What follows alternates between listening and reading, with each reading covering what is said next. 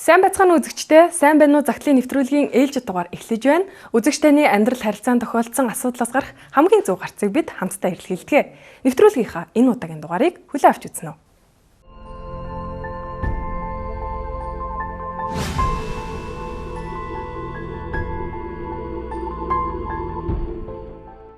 Сайн байцгаана уу? Загтлын нэвтрүүлгийн хамт олонд энэ өдрийн мэндийг хүргэе. Би танай нэвтрүүлгийн олон дугаарыг үзэж байсан. Ужигт амьдралын олон асуудалд төөрж ганцаардсан олон хүний зурвас та бүхэнд хүрдгийг хараад нэг л халуун дулаан мэдрэмж төрсөн. Тиймээс би өнөөдөр энэхүү захиаг зориглон бичсэн. Би бусадтай л адил жирийн нэг эр хүн. Миний эцэг их өөрсдийн хөлс хүчээр амьдарч буй жирийн л малчин хүмүүс. Би аавын хүүгийн азан мэдэж сайхан амьдрал нэг л өдөр ирнэ гэсэн итгэлээр дэврүүн залуу явхдаа амьдрал зохиож алдчихл явлаа. Харин 4 жилийн өмнө би дахин шин дурлалтайгаа учирч үлээ. Бид хайр сэтгэлээрээ жигүүрлэн хоёр биенэ гэж явсаар нэг л мэтгэд үрийн зулаа өнөрлсөн. Үнэн ч ариун хайр дурлал байхад бусд нь аяндаа болондоо гэж бодож явсан ч байдал одоо өөрөөр эргээд байна. Бидний аль алинд нь гэр орон гэхээр юм байхгүй. Тиймдээ ч хамт байх боломжгүй болчихсон. Арга ядахтаа эхнэр охин хоёроо эгчээнд нь байлгаж харин би эрэгтэй дүүгэнд нь хоёр тустай байх болоод 3 жил гарын болж байна. Энэ хооронд хэн нэгнээсээ нэг л хүндий болоод үл ойлголцол улам бүр ихсээд байх шиг. Би гэдэг хүн сурсан сургууль хураасан хогшилгүй эгэл малчны хүү. Тиймээс хайртай охин хань хоёртойгоо байхын тулд гэр хороолд хашаа хатгаад ч болтугай бай гэдгийг хэлсэн.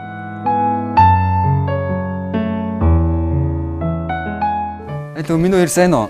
Элүү миний охин чи яагаад ингэж ойлгож байгаа юм? Аавгаа санаад игээд байгаа юм уу? Элүү ингэж сууж байгаа. За. Миний охин сайн уу? Цэцэрлэгтээ явж байгаа юу?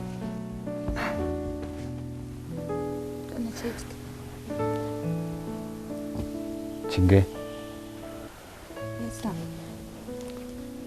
Гурлаа ер нь яагаад цуг амьдч болдгоо юм бэ? Цуг амьдрахаа хаана амьдрах юм?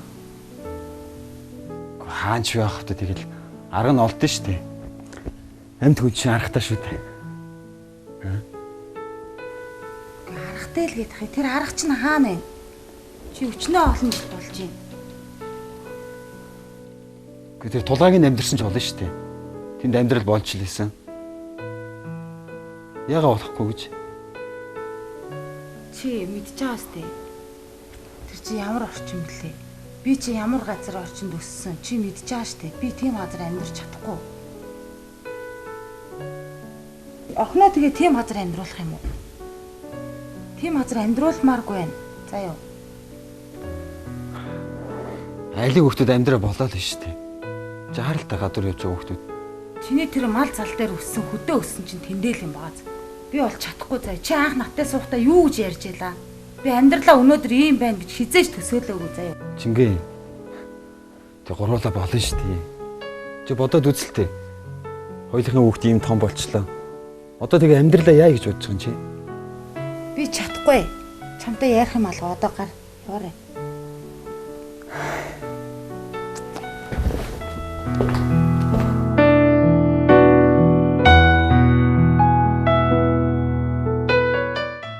Харин сүүлийн үед тэрний минь ааш харан шиг нэг л өөр болсоор барахгүй.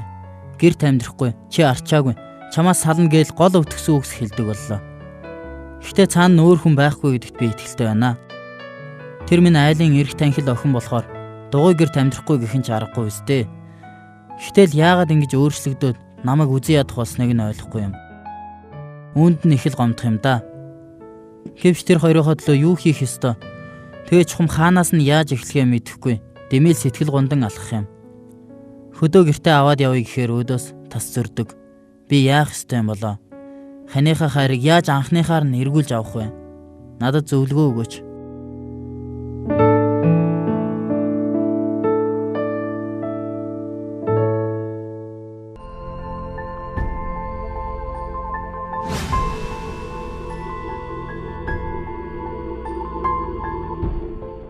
Тэгэхээр бидэнд хандан загтал ирүүлсэн үзэгч танд баярлалаа. Тэгээд бид бас өнөөдөр чиний асуудал бэрхшээлийг бас даван туулгачин туслах мөн зөв гарцыг хайхад бас чамд туслагаар олон зөвлөгөө мэдээллийг хүргэх болно. Тэгээд нэвтрүүлгээ хүлээн авч үзээд бас нэгийг бодож хоёрыг тунгаах хаа гэж бодож байна. Тэгээд өнөөдөр бас студид маань энэхүү залууд бас зөвлөгөө өгөхөөр ирсэн зочдтой танилцуулъя. Монгол Хувийн Байгууллагын зөвлөгч Ариун Болд хүрэлцэн ирсэн байна. За мөн Монгол Хувийн Байгууллагын зөвлөгч Алтан Цэцэг хүрэлцэн ирсэн байгаа. За түүнчлэн энэхүү залууд маань бас зөвлөгөө өгөхөөр энэмсэглэл сэтгэл зүйн төвийн гэр бүл судлаач мэрэгчлээ энэхүү бүсгөө ундран маань хүрэлцэн ирсэн байна. Тэгээд студид маань хүрэлцэн ирсэн та бүхэнд баярлалаа. Тэгэхээр бидний захаан дээрээс бас харсанчлан энэхүү залуу маань бас залуу гэр бүлүүдийн төлөөлөл байгаа. Тэгээд эдний амьдрал харилцаанд бас учирсан саад дотгоргүй ер нь бас бусад залуучуудын нэг адил бас орон сууцны асуудал ер нь бол шалтгаан нь бол ер нь материаллык зүйл байгаад байгаа учраас миний зүгээс бол харахтаа энэ гэр бүл буцаад бас тий хэвийн амьдралдаа ороод сайхан амьдрах явах боломжтой гэж хараад байгаа. Та бүгд маань бас зөвлөөч. За тэгээд энэ загтлыг уншаад харж байхад айлын том хүү байгаа. Тэгэд эцэг их нь болохтой зүгээр жирийн малчин хүмүүс байгаа гэж хэлсэн байгаа. Тэгээд 4 дүүтэй ийм хүн байгаа. Тэгээд 4 жилийн өмнө одоо энэ бүсгүүтэй танилцсан тухай бичсэн байна л да. Тэгээд нэг 3 жил гаруй хугацаанд ингээд тусдаа амьдарч байгаа тухай бас бичсэн байна.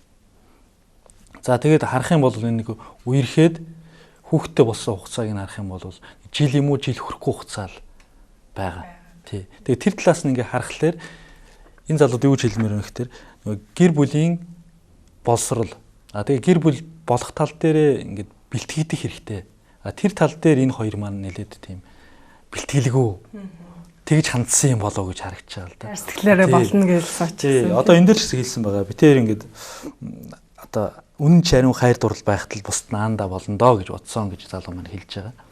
Тэгэхдээ яг бидний зүгээс ингээд зөвлөх гол чухал зүйл нь бусад бас залуучууд маань ч гэсэн үзэж байгаа тийм ээ.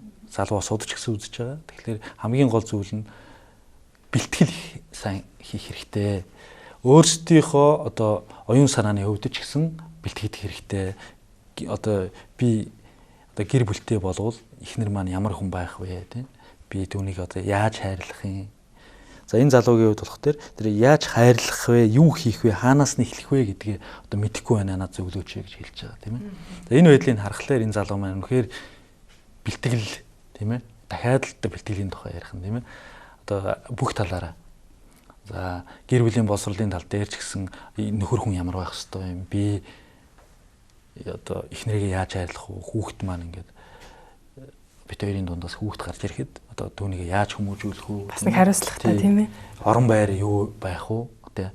Яг нь өөрсдийн тусдаа орон байр худалдаж тийм ээ. Заавал аваад эхлүүл бүр сайн. Тэгж чадахгүй ч гэсэн тусдаа түрээслээд эхэлчих юм чадвартай байвал илүү сайн. Тэгэхээр энэ тал дээр л энэ залуу маань бас их алдсан юм болов уу гэж ингэж бодож байна. За саний загтлыг сонслоо. Тэгээ энэхүү загтлыг сонсоод сууж хаад ер нь энэ гэр бүлүүдэд залуу гэр бүл энэхүү загтлыг бичсэн эзэн таандаж хэлэхэд хамгийн их алдсан зүйл юу вэ гэхээр гэр бүл төлөвлөлт буюу гэрэлтийн өмнөх бэлтгэл дутуу байсан юм болов уу? Яад гэхээр залуу хосууд маань гэрлэхээс өмнө би бинийг таньж мэдэх хугацаа гэж байдаг. Энэ хугацаа бол дор хаяж 3 жил хамгийн ихтэй яг 3 жил байж болно. Энээс бага хугацааг бол 2 жил. Энэ хугацаанд би бинийг таньж мэдсэн хүмүүс дараа нь ингээд яг амьдрал зохиоход тий тулгарх асуудал энэ хүмүүс тавьж чадна. Гэтэл саний ингээд цагтлаа сонсч хаад магадгүй энэ хоёр хүн жилийн хугацаанд л би бинийг таньж мэдээ. Тэгээ дээр нь хүүхэдтэй болцсон байна. Тэгэхээр өөрөөр хэлбэл би бинийг таньж мэдж амжаагүй. Дээр нь энэ хоёр хүмүүс цаашдынхаа одоо гэр бүлийн төлөлтийг бүрэн дүүрэн хийж чадаагүй үжиж гэр бүл болсон бас энэ хүмүүс бас нэг өөрсдийнх нь гаргасан алдаа гэх боловч энийг бол засаж залруулж өөрчлөх боломжтой. Тэгээд хамгийн гол чухал зүйл юу вэ гэхээр нөгөө материалын байдал гэхээс илүү бид нар сэтгэл санааны хувьд те бие махбодын хувьд үнэхээр бэлтгэлтэй байна уу? Би А болоход бэлнэ үү? Ээж болоход бэлнэ үү? Тэ мөн би энэ айлыг хүргэн болоход бэлнэ үү? Тэ нөхөр болоход бэлнэ үү гэдэг энэ зүйл маань хин хинд маань хэрэгтэй байгаа. Хэрвээ энэндээ би ер нь бол болцсноо тэ миний хувьд бол энэндээ бэлдсэн гэж үзчихвэл өөр хин нэгэн үнтэй танилцж үерхэд ингээд гэр бүлийн амьдралыг эхлэх юм бол дараа дараагийн асуудлыг бол шийдэх боломжтой гэж үзэж байна. Тэгэхээр би бас ингэж боддөг юм л та. Би бас өөрөө залуу хүн. Гэхдээ би бас буруу ярьж магадгүй уучлаарай. яг гэр бүл төлөвлөлт гэдэг инхээр нэг одоо ингэж санагддаг байхгүй. Мөнгөгүй бол те хөрөнгө чимээгүй бол албан тушаалгүй бол хүнийг хайрлаж турлаж болохгүй юм шиг те. Тэг чи тиймтэй байж дараа нь дуурал дараа нь хайрл гэж юм шиг. Гэтэл үнэхээр миний заяаны хань байж болохоор үнэхээр хайртай тэр хүнээ олцсон бол би яах вэ? Магадгүй эсвэл энэ зөвхөн санхүүгийн хувьд яриаггүй юм шиг бас сая ундрмынхаа ярианаас бас би ойлгож байна л да. Энэ тал дээр бас тодруулж өгөөч. Залуучууд бас магадгүй миний ижил боддог гэж болох юм те. За би байртаа олчвол хүнтэй суучих ч юм уу те. Тийм. Энэ тал дээр сая хэлсэн байгаа тийм. Сэтгэл санааны хувьд тийм бүх талаас бэлтгэх хэрэгтэй. Оюун санааны хувьд тийм. Тэр хүн одоо гэр бүлийн талаар юу боддог юм гэдэг чинь оюун санааны гол хүчин зүйл шүү дээ. Юу боддог, юу ойлгодог юм тийм. Ер нь гэр бүлийн үнц нь гэж юу юм бэ тийм. Тэрнийг хэрхэн ойлгож ухаарч юм тийм ээ. Би гэр бүлтэй боллоо тийм ээ. Зүгээр одоо хорим хийхээс өмнө найз эмэгтэйтэй боллоо гэж бодоход л түүндээ би хэрхэн хандах вэ тийм ээ. Тэгээ түүний хувьд бол би цаг хугацааны болоод тийм ээ бас материаллыг бас оюун санааны бусад сэтгэл зүрхнээс шалтгааллах бусад би олон зүйлүүдийг хэрхэн тий зориулж хайрлж чадах юм бэ гэдэг энэ зүйлүүд их хэрэгтэй. Тэгээ бүх талын хүрээнд дээр л мэдээж яригдэн шүү дээ энэ чинь. Ганцхан материалын тал дээр биш материалын бус талууд хийгээд энэ хоёр тал дээр бүгдэн дээр яригдана гэсэн үг. Тэгэд энэ залууг харахаар энэ хоёр хүний хувьд ялгаатай байдал нэлээд байгаа. Тэгээ ялгаатай байдал гэдэг бол нэг талаасаа бол давн туулгаж явах хэцүү зүйл мэт байдаг. Яг ингээд тулгарсны үед гэхдээ яг ингээд задлж хараад ялгаатай байдал нөгөө талаасаа давуу тал юм байна гэдгийг ойлгож ухаарч чадах юм бол энэ бас давуу тал болж ирдэг. Гэтэл ялгаатай байдал нь олон тал дээр байна. За ингээд залууг харах юм бол хөдөөний малчны тийм ээ тий хүүхэд одоо энэ залууч юм бол нөгөө хөдөөнийхөө амьдрал лаар л ингээд амьдралыг төсөөлж байгаа шүү дээ. Тэгээ гэтэл хот газрын амьдрал бол өөр байгаа. Нөгөө талаас энэ бүсгүйг харахаар хот газар өссөн юм уу гэж ингэж харагдаж байгаа. Энэ бүр тодорхой байхгүй л байна л та. Гэхдээ хот газар ингээд өссөн юм шиг. Нөгөө их чинь хотод байна, дүү нь хотод байна. Ингээд харахаар хот газар өссөн юм шиг. Тэгэд энэ хоёрын хоорондын одоо үзэл бодлын ялгаач гэсэн бас байгаа. Тийм ээ. Тийм үднээс ч гэсэн тэр охин хэлж штэ. Би гэрт амьдрахгүй гэрт амьдрахгүй гэж хэлж байгаа. Гэтэл залуу маань юу гэж бодож байгаа хэрэг хашаа ингээд хатгаад гэр бариад амьдчихъя гуруулаа гэж. Уул нь тэр бол ингээд зөрөгтэй тий зүг алхам хийж байгаа. Тэгэд эхэлчих юм бол цаашдаа ингээд дандаа л гэрт амьдрахгүй шүү дээ. Байшин барьж болно, орон сууц авч болно тий хөгжин. Библиэл дээрээс харах юм бол юу хэлсэн бэ гэхээр Эхлэл номын 2:24 дээр эр хүн эцэгийнхээ орхиод их нэртэйг нийлэн нэгэн бий болох ачгаа гэж хэлсэн байна. Тий эн чинь нөгөө бүр аав ээжигээ орхиод тийм ээ. Тэгээд их нэртэйг нийлээд хамтдаа байх нь шүү дээ. Тэр тухай ярьж байгаа. Тий энэ нь бол нөгөө амьдралын сүр зарчим байна. Эхнэрийн хувьд харж байхад нөхрийгөө одоо арчаагүй байна, сул дорой байна. Би ер нь одоо энэ хүнтэй амьдрах юм бол ер нь өлегтэй амьдрч чадахгүй юм шиг байна. Ер нь болдгийм лөө гэсэн ийм эргэлзээ, тэнгэлзэл маш олон асуудал дундаас төөрөлдөд сууж байгаа тийм байдал ажиглагдаж байна л да цагтлыг уншихад. Тэгэхээр эхнэр хэрвээ нөхрийгөө ойлгоод тийм ээ нөхөртөө бас туслах ёстой гэдгийг эхнэр өөрөө ухаарахгүй байх шиг байна л да. Би энэ нөхөрт тусалж ээж бит хоёр нэгэн бий болцсон учраас тийм ээ энэ хүнд тусалж ээж миний амьдрал өнөөдөр өөр болно гэдгийг эмэгтэй бас ойлгоосэй гэж би хүсэж байна. Тэгэд Библиэл дээр юу гэж байдг вэ гэхээр түрүүн ишлэл хэллээ тийм ээ. Одоо ийм учраас эр хүн эцэг эхээ орхиод эхнэртэйгээ нийлэн нэгэн бий болох ажгүй гэж байна. Тэгээ энэ маань юу хэлээд байна? Энэ ерөөсөө яг гэрлэлт гэж яг юу юм бэ гэдгийг хэлээд байгаа. Гэрлэлт гэхээр хамгийн түрүүнд эцэг эхээ орхиод тийм ээ. Тэгээд нөгөө эмэгтэйтэйгээ цуг, эрэгтэйтэйгээ цуг амьдраад нэгэн бий болон одоо нэгэн гэр бүлийг бий болгож байна гэсэн үг байна. Тэр хамгийн түрүүнд эцэг эхээ орхих гэдэг асуудал гарч ирж байгаа. Тэгэхээр энэ хоёр цагтлыг харж байхад энэ хоёр хүүхдийн хувьд бол одоо ах トゥ хамаатан садан одоо гэр бүл талынхаа хүмүүсийг орхиж чадаагүй тий нэг нь хичээндээ нэг нь одоо хадам ахындээ амьдарч явах жишээ нэ тийм ээ. Тэгэхээр гэр бүл төлөвлөлт гэдэг зүйлийн хоёрын амьдрал дээр байхгүй байна гэсэн үг байна тийм ээ. Магадгүй мэдээж нийгмийн хүнд хэцүү амьдрал нөлөөлж байгаа л да үнэхээр нөлөөлж байгаа. Монголчуудын хувьд нэг юм байдаг штэ. Одоо ч гэсэн байгаа хөдөөний хүмүүсийн дунд тийм ээ. Яадаг вэ гэхээр эрэгтэй хүүхдийн гэр орныг бэлдэж өгөөд тэгээд эхнэрийг аваад тусна гаргацдаг. Тэгээ энэ нэг талаараа ингээд харахаар бэлэнчлэг сэтгэлгээн сургаж байгаа юм шиг боловч нөгөө талаар энэ гайхамшигтай мэрэгэн ухаан гэж би боддیں۔ Юу вэ гэхээр бат бүх тийм гэр бүлийн үндэс суурийг тавьж өгöd байгаа. тийм байдлаар чиглэгдээд байгаа юм тийм ээ. Яг тэр хоёр гэрийн бариад устд нь гаргаад өгсөн учраас тэд бие биендээ итгэж тийм ээ гэр бүл дотроо одоо тусгаар нэг гэр бүл болцсон учраас тийм ээ чөлөөтэй тэр одоо гэр бүлийг авч явах амьдралдаа суралцаа цаашаа ишээ илүү сайн амьдрах тэр боломж нөхцөлийг бүрдүүлээд өгч чинь гэсэн үг байна. Тэгэхээр чадлынхаа хэрээр бид нар бас эцэг эхчүүд маань бас үр хүүхдээ хэрвээ тусад нь одоо гаргах тийм боломж байдаг үл тийм ээ чадлынхаа хэрээр бэлэн юм өгч чадахгүй бол адаглаад одоо тэр тусдаа гарах түрээслээд гарах мөнгө төгрөгийг ч юм уу тийм ээ тэр боломж дээр нь хідэн талаасаа эхнэр ч өөрөө хичээх хэрэгтэй нөхөр ч өөрөө хичээх хэрэгтэй хадмууд ч бас хичээх хэрэгтэй тийм ээ. Тэгээ энэ дээр би бас эмгтээ зориулаад нэг зүйлийг хэлмээр юм л да Библиэл дээр байдгийн. Яг юу вэ гэхээр Эфес номын 5-ын 22-оос 33 дугаар ишлэлийг одоо христчин хүмүүс л энийг их сайн мэдж байгаа бах. Энэ бол ерөөсөө яг эхнэр нөхөр хоёр зориулаад хэлсэн ертөнцийн эзний үг байгаа. Тэгээ ямар үг байдаг вэ гэхээр эхнэрүүдээ нөхрүүддээ захирагд гэж тийм ээ. Бүр одоо онцлоод бүх талаараа захирагдгээ бичсэн байна. Таны нөхөр хичнээн сул дорой арчаагүй тийм ээ хичнээн одоо магадгүй ирэмдэг зэрэмдэгч байсан бай тийм ээ та нөхөртөө захирагдах хэрэгтэй. Яагаад гэвэл таны тэргүүн таны толгой бол нөхөрчин юм а гэдгийг ертөнцийн эзэн хэлээд өгсөн байгаа. Монголчууд мэддэг штеп өрхийн тэргүүн гэд яагаад хүндлээд байдгийг тийм ээ. Өрхийн тэргүүний бүсийг малгайг нь хүндэлдэг, өрхийн тэргүүний суудлыг нь дээдэлдэг тийм ээ. Өрхийн тэргүүндээ цайныхаа дээжийг хоол ундныхаа дээжийг барьдаг. Энэ маань л ерөөсөө яг ертөнцийн эзнээс өгсөн эрх мэдлийг илэрхийлээд байгаа тийм зүйл. Тийм учраас би энэ эмэгтэйг нөхөр бас дуулууртайгаар захирагдаасаа гэж хүсэж байна. Нөхөр чинь хэрвээ хашаа байшин аваад гарья тийм ээ. Хашаа хатгаад амьдрья гэж байгаа бол та бас түүнийг дагаасай. Түүний дараагаар танд бас өшөө илүү боломжтой сайхан амьдрал олдох болно гэж хэлмээр байна. Тэгэхээр сая хэлж дээ алтайгч маань эр нөхөртөө захирагдаа гэд. Тэгвэл тэр эхнэрээ захирдаг те гэрийн эзэн байхын тулд эрэгтэй хүн маань мэдээж бас нэг хариуцлага гэж нэг юм бас байгаа шүү дээ те. Талаар яриа. Сая хэлсэн тийм ээ. Тэр Эфес номын 5 дугаар бүлэг гэдэг бол ер нь ертөнцийн эзнээс гэр бүл тандаж хэлсэн одоо гэр бүлийн зарчмууд байдаг. Тэгээд тэр 5 дугаар бүлгийн Эфес номын 5 дугаар бүлгийн 28 дээр ингэж хэлсэн байна. Тиймээс нөхрүүд ч тийм ээ эхнэрээ өөрийн бие адил хайрлаа. Эхнэрээ хайрладаг хүн өөрийгөө хайрладаг гэж хэлсэн байна. Тэгээ энэ бол ингэ зарчим байна. Тэгвэл өөрийн адил хайрлаа гэж байгаа гэж хэлж байна шүү дээ тийм ээ. Тэгээд эхнэрээ хайрладаг хүн яаж вэ? Өөрийгөө хайрлаж байгаатай адил юм аа ингэж хэлж байгаа. Ингэж бие биенийг ингэж хүлээж аваад ингэж хайрлах юм бол үнэхээр сайн болно. Тэгэхээр зөвхөн сэтгэлгээний хувьд бол ингэ тустай байгаад байдаг байхгүй юу? Тэр тустай, би тустай. Болцсон гэдгийг мартчихад тустай сэтгэдэг. Мэдээ тустай хүн л дээ. Ер нь бол тустай хүн. Гэхдээ гэр бүлээр дамжуулаад нэг болсон. Тэгээд энэ гэр бүл ингэ харах юм бол энд нэг том одоо асуудал байна. За тэр нь юу вэ гэхээр хорим гэдэг зүйл энэ дээрээс байхгүй тий. Хоримгүйгээр нэгдэж гэр бүл болно гэдэг бол ер нь нөгөө нэг талаас их зөв бус гэх үү. Тийм зүйл байгаа тий. Хорим гэдгийг ярих юм бол нөгөө юу байгаа юм л да.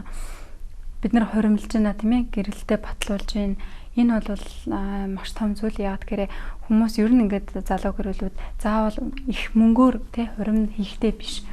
Яаж нэ гэхээр тэр хоёр хүн гэрэлтэй батлуулаад хорим ийгээд хамтдаа байна гэдэг бол би энэ хүмүүний өмнө эхнэр нь энэ хүмүүний өмнө нөхөр ингээ би бинийхээ өмнө нүүр хариуцлага хүлээж байгаа. Нөгөө төгөр би тэр удмын өмнө тий тэр ах дүүсийн өмнө мөн өөрийнхөө аав ээжийн өмнө энэ хүн бол миний яг хууль ёсны эхнэр нөхөр гэд ингээд хамаатан садан ах дүү тий найз нөхөд ингээд төрөхсдөрөө энэ хүнийг мэддэг болж байгаа. Энэ бол хууль ёсны гэр бүлийн нөгөө төгөр нийгмийн өмнө тэр хүмүүс ингээ хариуцлага хүлээж байгаа.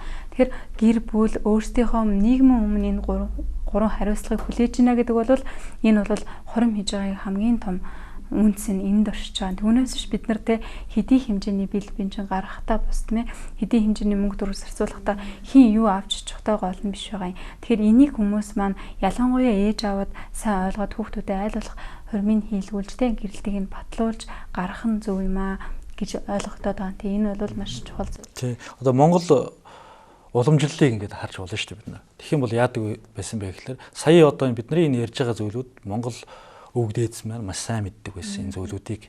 Энэ одоо ертөнцийн эзнээс тогтоосон энэ гэр бүл зориулсан зүй тогтол нь угаасаа биднээс шалтгааллахгүйгээр ингээд оршин байгаа. Тэгвэл энэ зүй тогтолыг одоо өвгүүд маань маш сайн мэддэг байсан. Өвөг дээдс маань сайн мэддэг байсан. За жишээг нь хэлэх юм бол яадаг байсан бэ гэхээр за тусдаа гарах гэж байгаа хүн ингээд тусдаа гарах болвол одоо бүх хуваартай тий.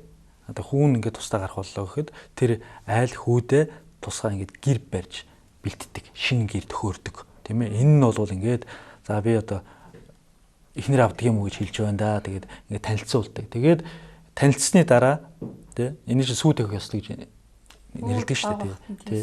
Энэ нь бол нэг янз янзын хугацаанд байна тий. За ингээд сүү төхөх ёслын дараа энэ гэрлэн гэдэг нь бол тодорхой болсон. За тэрний дараа одоо гэрлэх өдрөө тогтцоод тэрнээс наан ингээд жилийн наан ч юм уу, ер нь голцуул жилийн наан ч юм уу, жил гарангийн наан ингээд гэрээ төхөөрч бэлддэг байна. За тэгчээд гэрээ барьдаг. Хормоос наан гэрээ бариад гэрийн найр гээд тусад нь хийдэг байсан. Гэрийн найр. За энэ гэрийн найр гэж яагаад тусад нь хийж байгаа вэ гэхээр энэ хоёр хүн тусдаа гарах гэж байна. Тэгээд тусдаа гарч байгаа орон байрны нямаа гэдэг юм мэдүүлдэг. Энэ зүйлээр дамжуулаад оюун санаа нь маш тийм гайхамшигтай өрөөлүүд ирдэг байсан. За үүний дараа хормынхаа тэр гэрийн найран дээр хормынхаа өдрийг одоо хэлдэг. За тэгээд хорм болох үед одоо бүх одоо ах дүүс тийм ээ ойр дотны бүх хүмүүс нь цуглараад найз нөхөдөр нь цуглараад тэгээд тэр хүмүүсийн өмнө эхнэр нөхөр хоёр болсон гэдгээ тунхаглан одоо зарлж гин гэсэн үг шүү дээ. Тэгээд бас аав ээж нь тал талынх нь аав ээжүүд нь ингээд өрөөлөө хэлдэг. За ингээд энэ гэр бүл энэ хормын гол утга учир нь болохоор хамгийн дээд утга учир нь өрөөлтэй байгаа. За ингээд харах юм бол хорм хийгээд амьдралаа эхэлж байгаа гэр бүлүүдийн амьдрал хорм хийлгүүгээр эхэлж байгаа гэр бүлийн амьдрал хоёрыг яг ингээд судалгаагаар тийм ээ ингээд харах юм бол ялгаатай байдаг. Тодорхой ялгаа байдаг. За юм байна. За тэгэхээр хорм гэдэг бол маш чухал. Одоо монгол гэрээр одоо зүйрлээд хэлэх юм бол хорм бол тоон адилхан зүйл. Одоо энэ өн мэт маш олон учиг юунуудыг зангидж байдаг тоонтой адилхан зүйл тийм. Тэгээд хоёр баг нь байдаг монгол гэрт тийм ээ. Ингэж ярих юм бол одоо монгол хүн илүү буун гэж бодож байна. Тэгээд нэг баг нь бол тэр эхнэр нөхөр хоёрын бие биенээ гэж хайрлаж байгаа. Хүн одоо эхнэр нь нөхрийгөө хүндэлж байгаа тэр хүндлэл. Түрүүний ярьсан тийм ээ. Нөхрийгөө одоо ингээл малгай бүс суудал гэж монгол гэрт бол ийм зүйл байдаг шүү дээ тий. Тэгж хүндэлчээдэг. Нөхөр нь бол эхнэрийгээ хайрлж яадаг. Тэгэхээр нэг баг нь бол энэ хайр юм гэж хэлж болно. Нөгөө баг нь бол эхнэр нөхөр хоёрын нэг онцлог нь ерөөсөө хурим хийсний дараа монгол уламжлалч тийм байсан. Бас тийм уламжлал байсан байна. Хурим хийсний дараа эхнэр нөхөр хоёр бэлгийн харилцаанд дотны харилцаанд ордог. За ингэснээрээ яадаг вэ гэхээр нөгөө хурмнаас өмнө бэлгийн харилцаанд орсноороо хүүхдтэй болоо тий. Би үнийг таньж мэдээгүй ингээд энэ биш юм байна гэж салъя гэсэн чи яасан хүүхдтэй болцсон. Хэдийн ингээд нэг юм байдалд орсон хүмүүс одоо биднээс маш олон хүмүүс ирээ зөвлөгөө авдаг. Тэгэхээр ийм байдалд орсон хүмүүс их байдаг. Энэ ч нөгөө гэр бүлийн боловсрол байхгүй тэгээ дутуу байна. Нөгөө талаас нийгмийн маань нөгөө бас нэг хэцүү байгаа тал нь гэр бүлийн боловсролын тал дээр үнэхээр монголчууд маань дутмаг байна. Тэр түүнээс болоод нөгөө системийн өвчин гэдэг шиг ийм зүйл гарч ирээд байна. За нөгөө талаас гэх юм бол энэ зөвхөн эхнэр нөхөр хоёрт хурмаа хийсэн эхнэр нөхөр хоёрт энэ бэлгийн харьцааны өгдөг зүйл юм а гэдгийг ойлгоогүйгээс болоод энийг Библиэд хэлэхдээ бол хурим хийхээс өмнө одоо бэлгийн харьцаанд орох нь садар самун юм а. Үүнээс болоод маш олон тийм хохирол гардаг тийм үр хөндлөлт тийм хүсээгүй жирэмслэлтүүд тэгээд яг магадгүй эцэггүй хүүхэд тий дагвар хүүхдээ асуудал эндээс болоод гарч ирдэг. Тэгэд энийг мэдээд ертөнцийн биднийг хайрладаг учраас яаж вэ? Ийм зүйлийг битгий хийгээрэй гэж хэлсэн. Тэгээд хорим хийснээс хойш энэ зүйлүүдийг хийсэн гэр бол үнэхээр өрөөгдсөн амьдралаар амьдардаг. Бүрэн дүүр амьдралаар амьдардаг. Өөрөөр хэлбэл дээр ч гэсэн ярьдаг байсан тийм үү? Сая одоо энэ цагтл дээр нэг ийм мөр байгаа юм л та.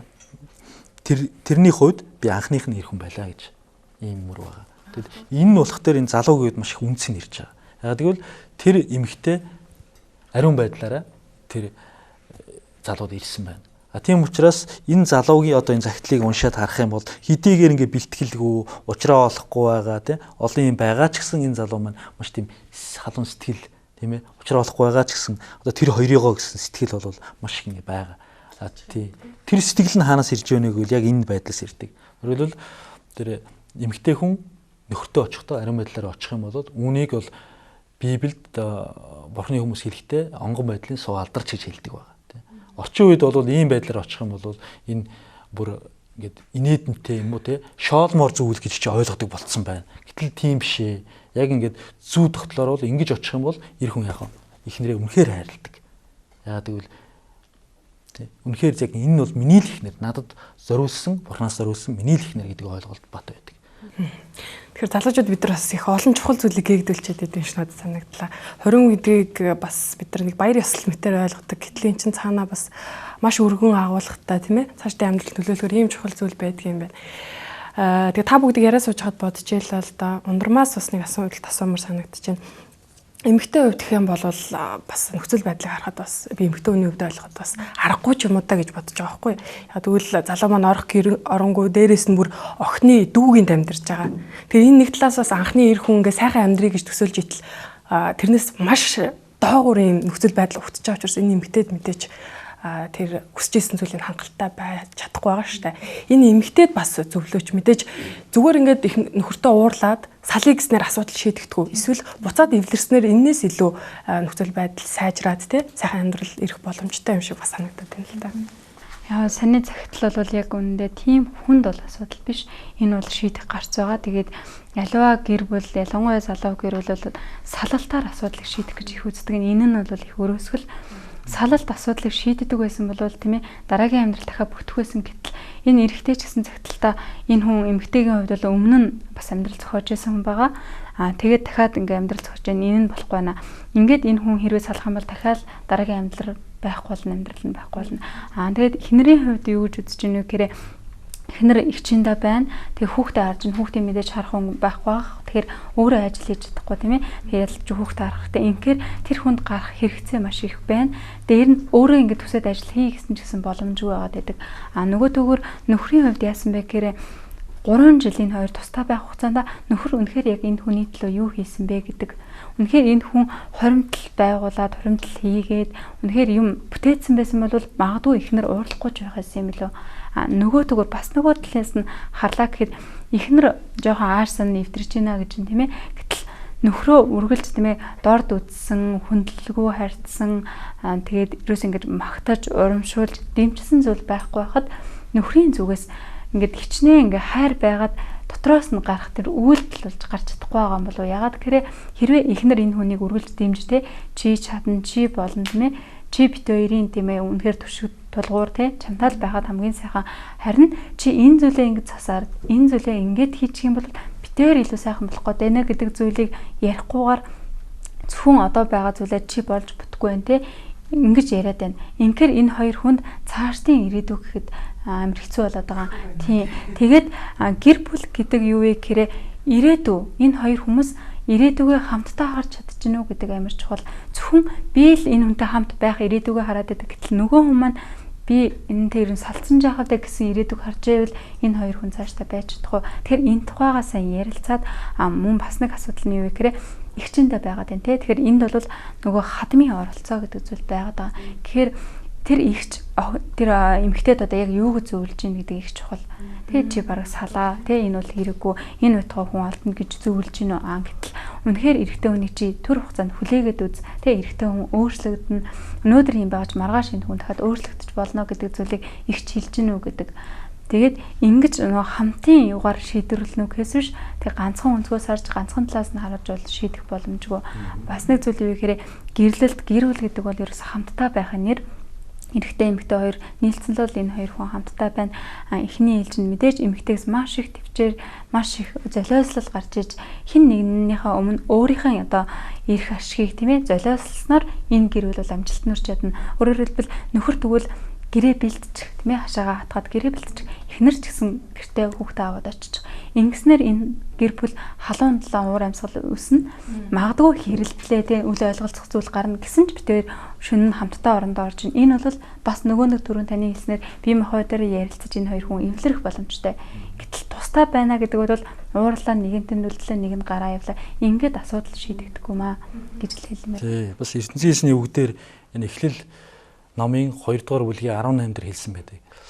Эр хүн ганцаараа байх нь сайн биш учраас түүн тохирох туслагчийг одоо бүтээе гэд эмэгтэй хүнийг бүтээж эр хүнд өгдөг тухай ингээ гардаг. Энэ болох дээр нөгөө хүний одоо үүсэл гарал те тэгээ зүй зохицлын тухай хэлж штэ. ертөнцийн хэлснээс яаж тогтоогдсон бэ гэдэг тал дээр. Тэгэхээр эмэгтэй хүнийг хэлэхдээ туслагч гэж хэлж байгаа тийм ээ. Гэхдээ туслагч гэдэг үгийг зарим хүмүүс ингээд яг догматик утгаар нь ойлгоод байдаг. Гэтэл туслагч гэдэг үг нь өөрөө ямар үг вэ гэхлээр сая ундрмаа бас хэлж байна. Урамшуулагч гэсэн гол ингээ утга байдаг. Эмэгтэй хүний үед бол нөхөртөө ингээ туслах тийм ээ хамгийн сайн тэр арга зам нь болохоор урамшуул байгаа. Тий. Нөхрүүдийн үед бол ингээ нууцсан хэлхий тийм ээ. Нөхрүүдийн үед бол одоо ихэнх нөхрүүдийн үед хайрын хэл гэдэг зүйл маань ингээ урамшуул дээр байж байдаг. Бусад хин нэгнээс ормыг аваад тийм сайн тий бас биш. Харин эхнэрээсээ ормыг авч явах юм бол тэр хүн сая гэд хөдлөх хүч нь болж байдаг. Одоо сая ундрмаа хэлсэн тий үйлдэл болж гарч чадахгүй наа гэдэг шиг тий. Тэгэхээр яг ормыг авсан эр хүн бол яг үйлдэлийг гаргадаг байна тий. Тийм учраас энэ эмэгтэй тандад хэлэхэд нөхрийгөө илүү урамшуулж өгөөч тийм ээ. Магадгүй та эрийн амьдралд болохгүй байгаа зүйлүүд олон байна тий.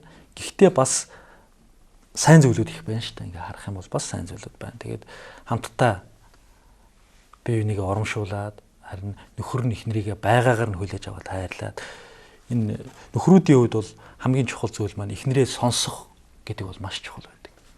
Эмэгтэй хүн бол ингээд хэлхийг хүсдэг. Гэтэл эр хүн юу гэж хэлдэг вэ гэхээр за байж байгаараа тий хитрхи олон юм ярьж байна байж байгаараа гол яг юу гэх гээд байгаагаа л гол тий гол санааг нь товчхон хэлчихээл гэж хэлдэг байгаа. Тэгэж биш харин тий сонсоосоо сэтгэл мэдрэмж нь юу вэ? Энэ хүн яг юу гэж бодоод байна? Юун дээр шаналаад байна? Уул нь бол нөгөө эхнэр их хүн гэдэг бол гэр бүлийн хамгийн үнэнч хүн байдаг. Яг тэгвэл гэр орон гэдэг бол эхнэр хүний одоо биеийн нэг хэсэг адил тийм санагддаг. Гэргий гэдэг. Тий адил санагддаг. Харин эрэгтэй хүний хувьд бол гэр орон гэдэг бол яг ирээд зүгээр амардаг л газар. Тэгээд амар тухалдаг газар байдаг тий. Арай ялгаатай. Бас том ялгаа. Арай ялгаатай боловч тий сэтгэлгээнийхээ үүднээс бол их том ялгаа гарч ирж байгаа тий. Тэгэхээр тэр талыг ойлгооч тий. Гэр орны тухай л нэмэгтэй ярьж байгаа үстэй тий. Гэр орны тухай гэрт амьдрахгүй яг гэр гэдэг бол тий энэ нэмэгтэй нэг байц сураагүй газар байна шүү дээ. Тийм учраас тэрний ч гэсэн бас хүлээж аваад магадгүй түрээсээр тий байранд ч юм уу байш ч юм уу амьдрах боломж байгаа шүү дээ. Нэвтрүүлэгтэй хамтгаа үзэгч танд баярлалаа. Сайн байна уу? Захидлын нэвтрүүлэг хүрч байна. Тэгэхээр өнөөдөр бидэнд бас захидал илгээсэн үзэгч танд зориулаад, за мөн нийт үзэгчтэй зориулаад гэр бүл гэж чухам юу болох за хамгийн чухал нандин зүйл нь юу гэдэг юм бэ? Энэ талаар мэдээлэл олохоор бид бяцхан бичлэг бэлдсэн байгаа. Үүнийг үзүүлье.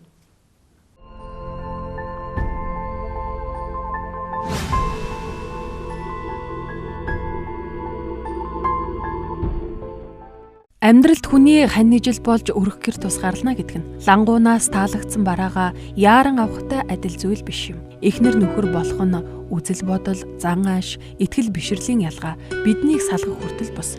Харин үхэл биднийг салгах хүртэл гэсэн онцгой нэгэн гэрээний дагуу холбогдож байдаг юм. Гэр бүл болоход хүргэдэг өнгөц хүчин зүйлс. Хэд сэтгэлийн хөдөлгөөн, мэдрэмжээ даган шийдвэр гаргах. Бэлгийн дур хүслийн улмаас харилцаанд орж холбогдох. Нийгэм гэр бүлийн дарамт шахалтаас болоод гэрлэх. Санхүүгийн хүндрэлээс гарах. Төрж өссөн гэр бүлийнхээ таагүй уур амьсгал хүнд нөхцөл байдлаас зүгтах. Тухайн хүн сэтгэл зүйн хангагдаагүй хэрэгцээгээ хангахын үүднээс гэрлэх. Мэдрэмж болгон үнэн байдаггүй. Хайранд нүд сохор гэдэг үг байдаг. Хэрвээ хүн дан ганц мэдрэмжээрээ удирдуулан, мэдрэмжэн дээрээ тулгуурлан шийдвэр гаргавал дараа нь бодит байдалтай тулгарх үедээ нөхцөл байдалд үнэн зөв дүгнэлт хийж тухайн хүнээ байгаагаар нь хүлээн авч чадхаа болдог байна. Улмаар нөгөө романтик цаг мөчн хаашаа ч юм бэ алга болсныг гайхаж чамайг ийм хүн гэж бодсонгүй. Чи миний мэдэрч мөрөөдөж байснаас шал өөр хүн байж би чамд хуурдагдсан байна гэх мэт гомдол гутралд хүлэгддэг байна. Мэдрэмжэндээ автаж буруу шийдвэр гаргаснасаа болж өөрийгөө хохирогч мэт харж бусдыг буруутхан үзэн ядаж уналтанд ордог. Ийм байдалд орохгүй тулд та гэрлэж бэлгийн харилцаанд орохоос өмнө өөрөөсөө би энэ хүний хажууд насан туршдаа тэр ядуу тарчиг бай, өвчтөй, тахир дутуу болсон ч биеийн хэлбэр галбираа алдсан ч хамт байж хайрлаж чадах уу гэж асуугаад үзээрэй. Ингэхэн таны сэтгэлийн хөөрлийг дарж бодит байдалд жаахан ч гэсэн хандуулах болно. Гэр бүлийн амьдралд хэдий чинээ хариуцлагатай хандаж бэлтгэн төдий чинээ баг завах болно. Ямар хүчин зүйл шалтгаанаас болоод хэн нэгэнтэй амьдралаа холбох гээд байна вэ гэдгээ маш нухацтай бодож сэтгэл хөдлөлөөр бас оюун ухаан бодол сэтгэлээ дайчлан тунгаагаарай. Үерхэж байхдаа тухайн хүнээ бодитоогоор буюу байгаагаар нь харж дүгнэх, таньж мэдэх боломжуудыг ирж хайж болох юм. Хүнийг хүлээн авахдаа ур чадвар авьяасаар нь биш, тэр хүний үнцнээс нь болж хүлээн авах ёстой. Гэр бүл дотроос л бидний нийгэмшил эхэлдэг. Хэрэг бид буруу зүйл хийвэл гэр бүл дотор байхдаа зэмлэлийг хүртэж, засан залруулах ёстой. Бид гэр бүл гэдэг системийн нэгэн хэсэг нь юм. Тиймээс энэ систем бидний ирээдүйн дүр төрхийг бий болгодог.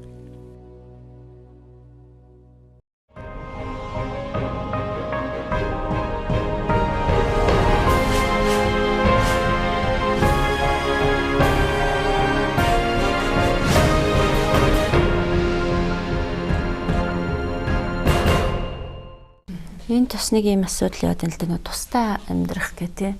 Энийг би яагаад онцлоод байна гэхээр олон залуучууд тустай амьдарч байгаа. Одоо нөгөө 5-7-д ажиллаж байна гээл тийм ээ, нүрсний уурхад ажиллаж байна гээл, нөхөр нь тэнд ажиллаж байгаа. Эхнэрүүд нь тийм Солонгост ажиллаж байна гээл, гадаадд ажиллаж байна гээл. Ингээл маш олон гэр бүлүүд тустай амьдарч байгаа. Тэгээ би энэ тустай амьдрахын бас асуудлыг дөнгөж саяхан бас өөрийнхөө биеэр мэдэрлээ л дээ. 4-5 сар сүүлийн 4-5 сарын хугацаанд яасан бэ гэхээр миний хувьд яг нөхөр өт хоёр олон жил хамт амьдарч байгаа хүмүүс. Тэгээд 4 сар зүгээр хүүхдүүдээ одоо агаар салхинд гаргангаа бас өөрийнхөө эцэг хийг халамжлах маягаар би ингээд бүр архангаа явж байгаа. Тэгээд 4 сар тэнд байж байгаад эргээд ирсэн чинь бид хоёрын амьдралын хэв маяг өөрчлөгдсөн. Тэгээд зөрчилдөөн гараад эхэлж байгаа. Хүмүүс одоо яг намайг ингээ ярьж хахад зөвлөгч хүмүүсийн амьдрал зөрчил байхгүй гэж бодож байгаа байх л та тийм ээ. Тэгвэл тийм байдгүй маа. Ер нь амьдралд ингээ тустай амьдрна гэдэг бол үнэхээр хамгийн том асуудал байт юм байна гэдгийг би бас ойлгосон. Биеэр ойлгосон. Яасан бэ гэхээр би нөхөртөөгөө хамт амьдардаг байхдаа нөхрийнхөө идэж уудаг тийм ээ, нөхрийнхөө өмсөж зүүдэг бүхий л амьдралын хэм маягийг нь мэддэг. Тэгээ тэр хэмжээгээр амьдраад ингээ бит хоёр илүү татна гүн гүнзгий татна байгаа сурцсан бие биендээ хин энэ юу мэдэр чинь би юу мэдэр чинь гэдэг илүү ойлголцдог байсан. Тэгсэн 4 сар би хөдөө амьдарч байгаад эргээд ороод ирсэн чинь би тэнд эцэгийнхээ амьдралын хэм маягтаа тасан цогцгож бас нэлээд юм болж тасан цогцсон л доо. Тэгээд эргээд ороод ирэхэд би энд өөрийнхөө нөхрийнхөө амьдралын хэм маягтаа тасан цогцгож нэлээд юм болж байгаа. Тэгээд нөхөртөөгөө зөрчилдөөд эхэлжсэн. Хэд хэдэн удаа ингээл зөрчилдөөл нэлээд хурц байдалд хүрэх магадлал бас гарч иржсэн. Тэгээд аяндаа энэ асуудлууд зохицуулагдаж эхэлж байгаа л да. Тэгэхээр тустай амьдрын гэдэг хүмүүс тэгдэг. Тустай амьдарж байгаа ч гэсэн нөгөө бэлгийн харилцаанд хангагдчихвэл болно гэж ярьж байгаа хүмүүсийг би бас сонсч байсан л да. Тэгэхээр тэр бол бэлгийн харилцаагаар зохицуулагддаг зүйл биш ээ. Тустай амьдрна гэдэг бол тийм ээ. Одоо ингээл хаяасан 5-7-д нөхөр нь ажиллаж байгаа бол тийм ээ. Хаяа тэр нөхөр дээр бас ингээд эхнэр нь ингэж очиж явах хэрэгтэй 7 хоногтай юм уу сардаа 2 удаа ч юм гэж хүмүүс ярьж байсан л да. Гэхдээ тэр зүйл тийм чухал зүйл биш ээ тийм ээ. Тэрнээс илүүгээр тэр хоёр хүн бие биендээ илүү ойр дотно бижиж хамтдаа амьдарч амьдралыг босгодгийм байна гэдгийг илүү сайн ойлгоосоо. Тийм учраас тэр хашаа байшин байна уу тийм ээ, урцанд амьдрна уу тийм ээ. Та хоёр хамт л байх ёстой гэдгийг илүү ухаараасаа түрүүн хэлжсэн тийм ээ. Ажуудлын оролцоонууд маш их байгаа учраас энэ хоёр нэгдэж чадахгүй зөрчилдөө маш их гарч байгаа. Дундуур нь анцан их үүсэж байгаа. Тэгээд амьдралын хэм маяг өөрчлөлт их байгаа учраас тийм ээ. Тэр хоёр нийлж өгөхгүй, зорилго нь нийлж өгөхгүй хэцүү байгаа. Тэгээд тийм учраас аль болохоор одоо хамтдаа амьдрах хэрэгтэй. Яадаг ч байсан ямар нэг аргаар тийм ээ хоёулаа хамтдаа ярилцаад бие биенээ ойлголцоод яаж хийгээд амьдралыг бий болгох хэрэгтэй. Дээрэс нь гэрлэлт гэдэг бол ерөөсөө эцсээ хүртэл хариуцлага хүлээх ёстой. Тийм зүйл байдаг. Тэгэхээр эмэгтэй нь одоо миний хариуцлага биш, игэр орноо бэлтгэн эрэгтэйгийн хариуцлага гэж бодож байгаа байж болох юм тийм ээ. Тийм биш ээ. Та хоёрын хоёулын гэж нь хариуцлага. Ард нь та хоёрт үр хүүхэд чинь байна тийм ээ. Энэ хүүхдийн өмнө хүлээх хариуцлага гэж бас та хоёрт байгаа. Тийм учраас гэрлэлт гэдэг бол ерөөсөө эцсээ хүртэл хүлээх хариуцлага юм шүү. Тийм учраас хамтдаа зүтгээсээ хамтдаа ярилцаасаа тийм ээ. Илүү дотн одоо ярилцааг бий болгоосаа гэж хүсэж байна. Хүн ер нь ингээд ярилцах болохоор өсөж байгаа цангаж байгаа үед нь очиод хүнтэй юм ярилцвал тийм дуртай байдаггүй шүү дээ тийм ээ. Ядарч байгаа зовж байгаа үед нь очиод юм ярилцах тийм таатай байдаггүй. Тийм учраас нөхөр нь ч тэр тийм ээ, эхнэр ч тэр хоёулаа одоо яг юм байгаа боломжийнхаа хэрээр бие биенээ одоо хоолж ундалдаг ч юм уу тийм ээ. Аль болохоор нэг сайхан уур амьсгалыг бий болгож жагаад орчноо бүрдүүлж жагаад хоорондоо нэг ярилцаасаа амьдралынхаа төлөө тийм ээ. Бид хоёрын юу нь болохгүй байх тийм ээ. Миний юу чамд үнэхээр таалагдахгүй байна уу? Надад бас сайн тал гэж байна уу? Чи ер нь юу гэж бодож байна тийм ээ? Эрэгтэй нь асуух хэрэгтэй тийм ээ. Надад ер нь сайн тал байна уу? Чи ер нь намайг хараад надаас сайн тал олж харддаггүй тийм ээ. Эхнэр ч гэсэн ингээ хоёулаа хоёр биенээс асуугаад сул тал сайн талаа ингээд хоорондоо ярилц. Магадгүй зарим үед сул тал гэсэн хүний давуу тал болох тохиолдол байдаг. Тийм учраас сайн ярилцаасаа ярилцах орчноо сайн одоо бүрэлдүүлж агаад тийм ээ. Үзэн ятсан харцаар биш, ууралсан бухимдсан байдлаар биш тийм ээ. Инээж агаад хоёулаа бие биенээ хараад нүд рүүгээ харалцаа сайн ярилцаасаа. Асуудлыг ингээд урдаа тавьчих юм бол эхнэрч харагдахгүй, нөхөрч харагдахгүй тийм ээ. Магадгүй би нөхрийнхөө өмнө асуудлаа тавьчаад нөхрийгээ харахгүй, асуудал руугаа харчаал нөхөрлөгөө ингээл яриад байх юм бол нөхөр хизээш намайг ойлгохгүй. Тийм учраас нөхрийнхөө нүд рүү нь харж агаад тийм ээ. Эхнэрийнхээ нүд рүү нь харж агаад нүүр нүрээрээ тулж агаад ярилцаасаа гэж хүсэж байна. Тэгвэл хоёрын амьдралд өөрчлөлт гарна.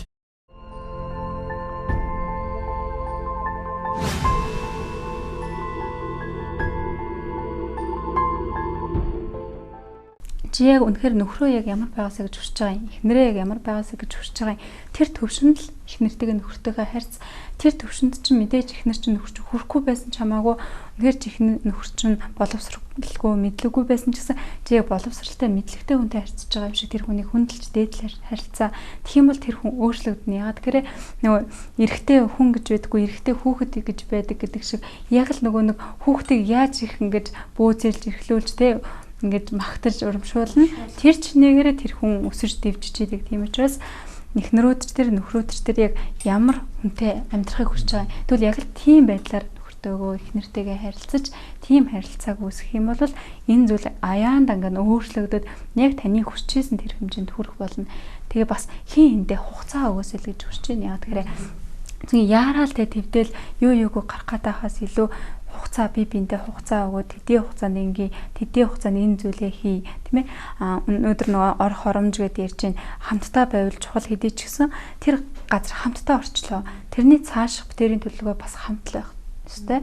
Тэгэхгүй бас нэг өөр зүйл бодоод яваад байх юм бол энэ нөгөө цаашаа урагшлахгүй. Тэгээд хин нь бие биенийгээ урамшуул дэмжиж хайрлаж тэр хүнээс хүч тий үйлдэл болж гарч идэг. Тий ингэснээр гэр бүл өсч дэвжиж хөгжиж идэг. Тийм. Тэгээд бас миний бас нэг бодог юм байдаг юм аа. Харахад нэг мондог юм шиг мөртлөө тэгээд дотроо яг жоохон хүүхчээ. Тэгээ ундрмыг хэлэхэд бас инээ төрөл яасан үнэн үгүйгээ бодож сууж идлаа. Бид нар бас эмгтээчүүд үг бас ер нь хүчтэй штэ. Зарим тохиолдолд ирчүүдийг бүр унгаагаад ах шиг санагдаад байдгийн тий. Яг ингээл гой урамтай юм их гээл хатна. Өө чи яаж чаддгийн ч юм уу тий. Ямар нэг байдлаар. Тэгэхээр эмгтээ хүмүүс бас эр нөхрөө магадгүй октод ба найз залуугаа яаж урамшуулж тий босгон байгуулж явах хэвээр. Магадгүй тэндээс амжилт нь олох нь илүү байж магадгүй. Тий. Ер нь уул нь бол ямар ч түрүүн хэлжсэн тийм ээ. Ямар ч дөрөөч харахад ингээд жижиг биетэй тэгээд нэг л дөрөө харагдсан ийм нөхөрч байж болно тийм. Харахад ингээд маш том биетэй сүрлэг тийм нөхөрч байж болно. Аль нь ч ялгаагүй тийм ээ. Бүх хүмүүст бүх нөхрүүдэд тэр гэр бүлээ хангалттай аваад явах хүч чадвар байгаа. Үүнд итгэх нь чухал байгаа. Эхнэр хүний хувьд бол. Тэгээд энэ зүйлийг энэ нөөцийг гаргаж ирэх хүч нь юу юм бэ? Эхнэрт байдаг. Нөгөө туслагч. Тийм, эхнэрт байгаа. Чи ажил яваад байдаг. Хэрвээ тэр нөөц үүс нь ингээд задрахгүй гарч ирэхгүй байгаа бол энэ дээр эхнэр бодох хэрэгтэй. Би энэ үүсийг задалдаг нь би, тий. Урамшуулад, хөдөлгөөд, тий. Илүү тийм ээ. Тэгэхээр хайрлаад ирэхлээр гэр бүлийнхаа төлөө, эхнэрийнхаа төлөө, хүүхдүүдийнхаа төлөө хариуцлага үүрч эхэлдэг. Тийм ээ. Зарим эхнэрүүдийн хувьд болохоор нөхрийнхөө урдуур нь ороод бүх хариуцлагын за энэ маань дөрөө учраас би л одоо авч явах хэрэгтэй мэн гэд урдуур нь ороод хариуцлагыг үүрээд ингээд нөхөрчин эргээд дахиад нэг аясаар дагалддаг хэв маягт орчдөг. Тийм битгий байгаасаа тийм хариуцлагыг нөхөртөө өгөөсөө тийм эр хүн гэдэг утгаар нь нөхөр хүн гэдэг утгаар нь энэ хүнд бол ингээд чадвар нь байгаа. ертөнцийн хийснээс бурхнаас өгсөн тэр эрх мэдэл тийм тэр бүх боломж нь бол заавал байгаа. Тэг ганцхан тэрнийг тэнд итгэх нь чухал. Итгэж чадахгүй байгаа бол энэ нэг байгаагаар нь хараад энд бол боломжгүй юм аа л гэж бодно. Тэгвэл боломжгүй байх болно. Тийм учраас итгээд үүсийг нээж өгөх юм бол тий урамшуулад, зоригжуулад, тий халамжилж өгөх юм бол тэр үүс задарна. Тэр үр жимсээ ихнэр хүн өөрөө иднэ гэсэн үг байна тий.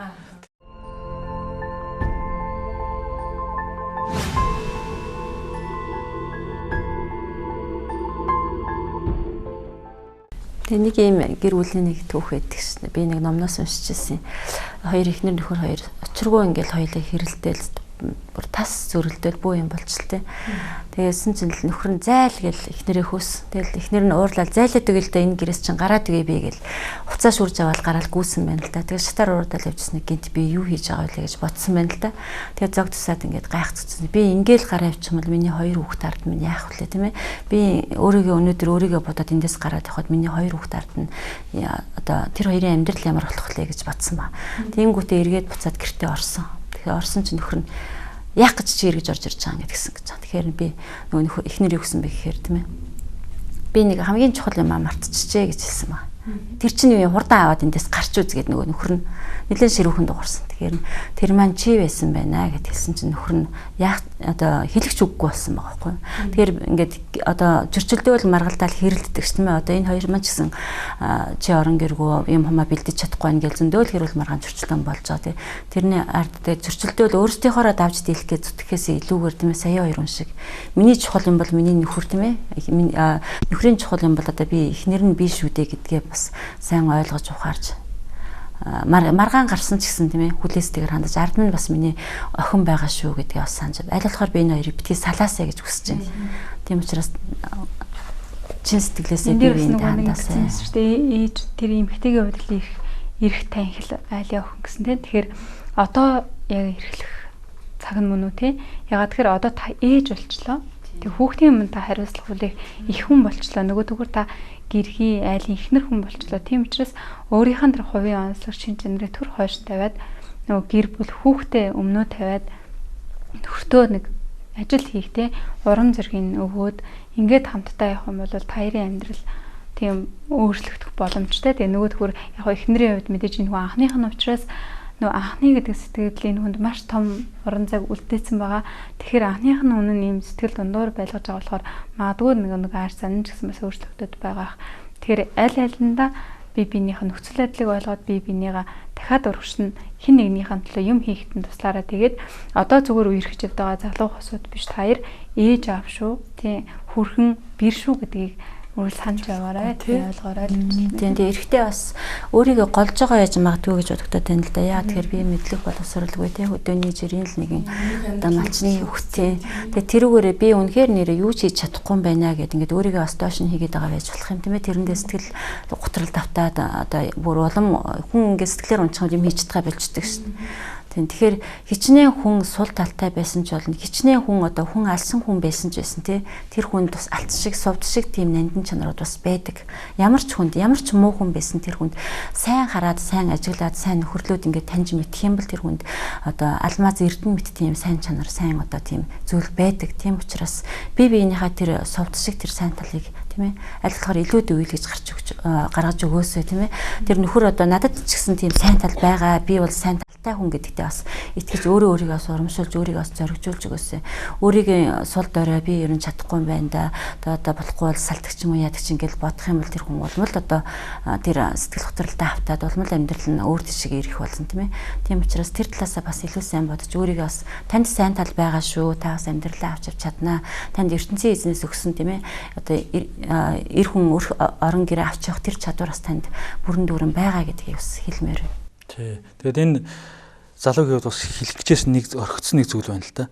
Тэр нь болох тэр энэ залуугийн хувьд болох тэр хоёр дахь амьдрал нь байгаа шүү дээ, тийм ээ. Тэгээд хоёр дахь амьдрал гэдэг бол ямар бас утга байдаг вэ гэхэлэр эхнийхээ ингээд болж бүтээгүй амьдралаас болоод одоо яг тийм фокусоор хоёр дахь амьдралаа ингээд бас хардаг тийм тал байдаг. Харьцуулт хийдэг тийм ээ. Маш бас олон тал байна л да. Тэр үүднээс яг энэ тал дээр энэ хүн ингээд зөвлөхөө бүр хөвчлээд аваасаа гэж хүсэж байгаа юм. Тий. Ингүүл тэр хүн илүү тий өөрийнхөө яг ямар хараатай ямар сул тал байна тий. Одоо яг би яах ёстой вэ гэдгийг илүү сайн ойлгох болов уу гэж. Би бас ариун болт зөвлөхөөс нэг юм хүсмээр байна. Энэ залуугийн маань хувьд болохоор дээр түрүүн та бүгд хэллээ те хамтаа байх нь их чухал. Залуу бол хамтаа байхыг хамгийн хүсэж байгаа одоо. Гэтэл мэдээж нөгөө хангалттай мөнгө те хангалттай гэр орон байхгүй. Мөнгөгүйгээр их нэртэй хайраа илэрхийлээд буцаад харилцаагаа сэргээх ямар нэгэн одоо та ирэх хүн шүү дээ. Ирэх хүндээ ирэх хүн хайртай гэдэг шиг зөвлөөч хамгийн түрүүнд ямар алхам хийх вэ?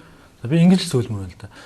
Та хоёрт хамтдаа байгаад ярилцах цаг хэрэгтэй юмны дөрөнд. Тийм учраас хамтдаа нэг орой кино үзээд дараа нь хоол идээд ингээ ярилцаж болно. Тий. Орчноо бүрдүүлээд тодорхой ингээд өөр орчинд орж. Эхнэрийнхээ хийх дуртай юмыг хамт хийж өгөх хэрэгтэй тий. Тэгжээж нөхөн. Тэгээд нэг ярилцаач тий. Ярилцаад ойлголцолд хүрэх нь чухал. Ингээд ярилцаад нэг шийдвэрийг гаргаад одоо хэлж болно, уучлалгууж болно. Би чамайг ингээд тусдаа амьдруулаа, чамайг нэлээд их зоолоо тий. Миний зүгээс ингээ хариуцлахгүй ингээ хандсан тий. Залхуу байсан тийм зүйлүүд байгаа хаа тий. Тэгээд намайг уучлаарай. Харин одоо би ингээд зөвлөгөө авсан. Тэгээд шинээр би амьдрмаар байна тий. Бас шин зүйлийг би ингээ харж байна. Битэрийн хувьд бол ингээд мөрөөдөл зориг хэрэгтэй. Тэгээд битээд мөрөөдөл зорилгоо ингээд ярилцаад тэгэд алсын хараа гэж бас хэлдэг. Тэгээд алсын хараагүй бол одоо мөхөлт хүрнэ гэж Библиэд хэлдэг. Тэгвэл алсын хараа ингээд мөрөөдөл зориг байх юм бол тэгээд түүнийхээ төлөө ингээд зүтгэхэд түнд хүрдэг. Тэр зүйлээ ингээ хуваалцаач тий. Өөрөө юуны төрөнд гэр бүлтэй зориулсан алсын хараагаа их нэртэйг хуваалцаач. Тэгээд нэг шийдэлд хүрнэ. Энийний дараа танаас тий бас урам зориг тодорхой юм зориултууд гарах байхаа. Ингээд үр дүнд бас үйлдэлд үр дүнд хүрэх болов уу гэж бодож байна. Тийм эмэгтэй нь бас аягүй сайн сонсоосоо тий. Тэр чинь 3 жил холдсон гэхэр чинь бас баггүй хугацаа шүү тий. Салалт нь тийм ээ. Эцэст нь одоо маш чухлаар хэлэхэд салалт бол ингээд шийдвэрлэх арга зам биш ээ гэж ундрам түрүүн хэлжсэн. Энийг бол би маш их дэмжиж байна. Асуудлын гол нь тийм ээ энэ хоёрын ойлголцолд тэгээ бэлтгэлгүй байдал байсан болохоос биш энэ хоёрын үед бол маш сайн талууд байна. Бие биедээ хайртай байна. Энэ дунд нэм хөөрхөн хүүхэд байна тий. Сайн талууд байна. Тэгэхээр салалтаа бити шийдээрэй. Салхаа юм түрүүнд те 50%. Хамтдаа тавиад мөрөөдөлтөө, зоригтой, алсын хараатай амьдраасаа тэгвэл яг болно ол гэж хэлмээр. Тэгэхээр бидний нэвтрүүлгийн цаг бас дуусах нэлээд төгссөн байна. Тэгээ би бас нэг чухал асуултыг бас асууя гэж бодож байсан. Алтай ачаас асууя гэж бодож байна. Одоо ингээд залуучууд бидний хувьд нөгөө амьдрах ухаан энэ гэр бүл төлөвлөлтийн талаар мэдээлэл бол маш хомс байдаг. Бид нарт энийг сургууль заадаггүй те. Ихтэй сургууль заадаггүй, ахлахыг заадаггүй. Гэтэл нөгөө хөгжмөнгүй орнуудаас харахад бол боловсрал гэдэг зүйл бас энийг орхигдуулгүй заавал багтаасан байдаг. Тэгвэл одоо бид нар тэртээ дөрвөө одоо ингээл боловсролын юм нөлөөлөд оруулах чадахгүйгаас хойш миний бодлоор бол эцэг эхчүүд энэ дээр нэлээд анхаарч хвал бас залуучууд маань бас ойлголттой болчих болоо гэж бодоод байгаа. Тэгэхээр таас эцэг эхчүүд яа. Энэ дээр бас эцэг эхчүүд маань ч гэсэн бас яг ингээд гэр бүл төлөвлөлтийн талаар мэдлэг боловсрал яг хөө зүгээр амьдралаараа сурцсан юм бол байж байгаа. Гэхдээ яг ингээд аль бие сурч гэдэг юм уу ер нь ингээд яг миний амьдрал гэр бүл төлөвлөлт гэж яг юу юм бэ? Гэрлэлт гэж яг юу юм бэ гэхээр 40 нас хүрсэн 50 нас хүрсэн өөрөө бас мэдэхгүй явж байгаа зөвлөгөө авах гад ирдэг л дээ. Тэгээд гэрлэлт гэдэг чинь ийм учиртай юм байсан юм. За одоо миний үе өнгөрсөн юм чинь энэ залуучуудад наатахаа ярьж өгмөр юм байна гэж ингэж хэлж байдаг. Тэгэхээр эцэг эхчүүд маань өөрсдөө ч бас энийг мэдэхгүй тийм ээ. Тэгэхээр энэ талаар бас ингээд мэддэг бас заадаг газрууд бас байна л да тийм ээ. Төрийн бас байгууллагууд байна. Одоо ертөнцийн эзний үгэн дээр ч гэсэн одоо яг гэрлэлт гэж яг юу юм бэ гэдгийг бүрэн цогцоор нь ингээд хэлээд өгсөн байж байгаа. Хүмүүс энэ Библийг хараад юу гэдэг вэ гэхээр зүгээр шашны нэг ном гэж ойлгодог. Гэтэл энэ бол ерөөсөө яг бидний амьдралыг хөдөлгөж яадаг гол хүчин зүйл хин юм бэ? Бидний хувь зээг одоо зохиож яадаг гол зүйл чинь хин юм бэ гэхээр ертөнцийн эзэн байждаг. ертөнцийн эзэн өөрөө гэрлэлт гэж юу юм бэ? Гэр бүл гэж юу юм бэ? Хүн гэдэг чинь өөрөө яг юу юм бэ гэдгийг заагаад өгсөн байж байгаа. Тэгэхээр энэ гэрлэлтийн одоо гэр бүлийн боловсрал гэдэг зүйлийг үерхлээс ахуулаад тийм ээ. Одоо хүүхдийг зүгээр бүр жоохон байхаас нь эхлээд хүүхд чинь асуулт асуудаг ш тийм ээ. Эрэгтэй хүүхэд яагаад ийм одоо юу гэдэг юм боожгатай байдгийг ч гэдэг юм уу тийм ээ. Эмэгтэй хүүхэд яагаад заавал үсээ ингэж самдгийн ч гэдэг юм ингээл янз бүрийн асуултууд асуугаад эхэлдэг. Энэ чинь л нөгөө хүүсийн боловсрал гэдэг зүйлийг шаардаад байгаа гэсэн үг. Тэгэхээр энэ зүйл дээр нь эцэг эхчүүд өөрөө үнэн бодтоор хариулж өгч явах хэрэгтэй тийм ээ. Миний хүү бол хүү учраас ийм чанартай тийм ээ. Миний охин бол охин учраас ийм учиртай. За том болоод ирэхээр 10 12 нас хүрээд ирэхээр эрэгтэй эмэгтэй хүүхдүүдийг сонирхоод эхэлдэг тийм ээ. Тэр үед нь үерхэл гэж юу юм бэ гэдгийг заагаад өгчих хэрэгтэй тийм ээ. Үерхэн гэдэг бол ийм байх хэвээр. Зүгээр л таньж мэдэх үйл явц байдаг тийм ээ. Эрэгтэй хүн эмэгтэй хүн бие биенийгээ таньж мэдэх үйл явц. За энэ хүн маань ямар айлын хүүхдийн хэр зэргийн айш аранштай тэр бүх зүйлийг таньж мэдчих хэвээр. Тийм зүйл юм аа гэдгийг бас ойлгуулад өгчих хэрэгтэй байна. За залуу наснд хүрээд ирэхээр гэрлэлт гэж яг юу юм бэ гэдгийг тийм ээ. Гэр бүл болохоос өмнө ойлгуулад өгчих хэрэгтэй байна. Тэгэхээр энэ бүх зүйлийг эцэг эхчүүд маань өөрсдөө ч гэсэн бас сурах хэрэгтэй. Залуучууд маань өөрсдөө бас сурах хэрэгтэй. Одоо бас харьцангуй өөрчлөгдөж байгаа. Зарим одоо залуучууд бол өөрсдөө сурахыг хүсээд өөрсдөө хүрээд ирдэг юм байна. Тэгэхээр манай Монгол хүн байгууллагч гэсэн яг юм гэр бүлийн талаар гэрлэлт гэж юу юм бэ гэдэг гол чухал хичээлүүдийг заадаг байгаа. Тэгээд бидэнд бас хандаж болно гэж үзэгчтэй бас хэлмээр байна.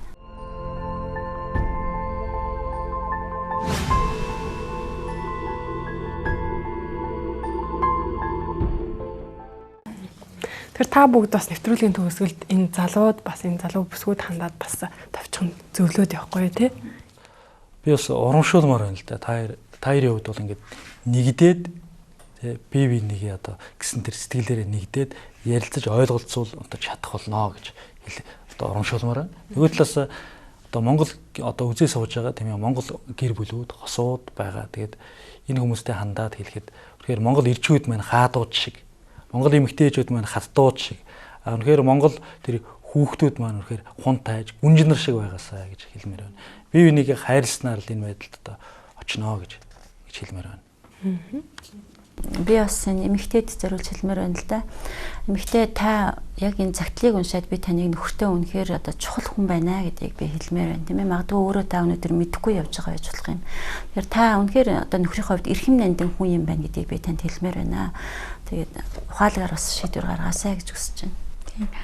Тэгээ бас нэг зүйл юу вэ гэхээр хин нэгэн ярилцахыг хүсэж байгаа тэр хүн бол эвлэрхийг хүсэж байгаа юм. Тийм учраас ярилцах гэж байна гэдэг бол тийм ээ бид нарт ингэж цагаа бичиж хандаж бичиж гин гэдэг бол энэ хүн гэр бүлээ аврахыг хүсэж байна. Энэ хүн өөрчлөгдөхийг хүсэж байна тийм ээ. Тэгээд эвлэрхийг хүсэж байна, сайхан амьдрахыг хүсэж байна. Энэ хүн салах байсан бол салах байгаа хүн зүгээр л яваад өгдөг хизээч ярилцахыг хүсдэггүй тийм чив чимээгөө яваад өгдөг. Тийм учраас та энэ байдлуудыг үнэлээд тэгээд таяр цаашдаа сайхан ярилцаад энэ гэрүүлээ ирээдүйн хүүхдэд таяраас гарсан дээр ирээдүйг таяр авч үлдээрэй гэж хэлмээр байна. За тэгээ та бүгдэд баярлалаа. Манай цагтлын эзэнд бас маш гайхамшигтай зөвлөгөөнүүдийг чин сэтгэлийн зөвлөгөө хүргэлээ. Тэгээд энэхүү залуу маань бас энэ зөвлөгөөдөө маань өгөгүүлбэр бүрийг бас өөрийн бодол харилцаандаа бас авч нэвтрүүлээсээ цаашаад бас гэр бүлийн харилцаагаа амжилттай байхад бас чи их чухал нөлөөдөг шүү гэдгийг бас миний зүгээс хэлмээр санагдаж байна. Тэгэхээр сайн байна уу нэвтрүүлгийн энэ удаагийн дугаар энэ хүрээд өндөрлөж байна. Эргээд эх дугаараараа уулзцгаая. Та бидэнд бас өөрийн чин сэтгэлийн цагтлыг бас хаялан эргүүлэх боломжтой юм шүү. За ингээд дараагийн дугаараар уулзлаа. Түр баяртай.